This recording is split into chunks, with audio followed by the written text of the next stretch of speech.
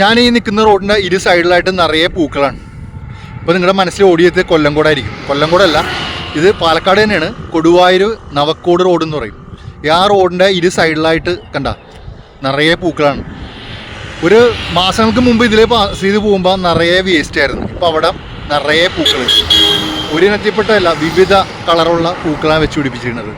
പിന്നെ ഈ നവക്കോടിൻ്റെ വേറെ പ്രത്യേകതയുണ്ട്.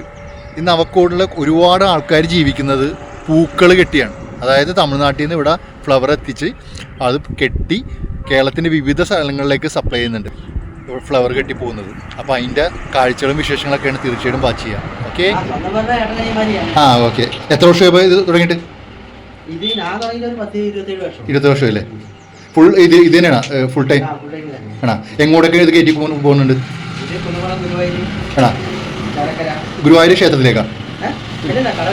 കടകളിലേക്ക്. Okay okay.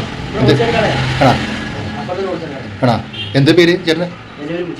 മുജീബ്രഹ്മാൻ. ആ, അതിലെ കടന്നു പോകുന്ന ഏതൊരു വാഹനവും വണ്ടിയൊന്നും നിർത്തി ഫോട്ടോ ഒക്കെ എടുത്താൽ പോകുന്നത്. ഒരുപാട് കാഴ്ചകൾ ഞാൻ കണ്ട്, ഞാനും ഏറെ നേരം ചിലവഴിച്ച്.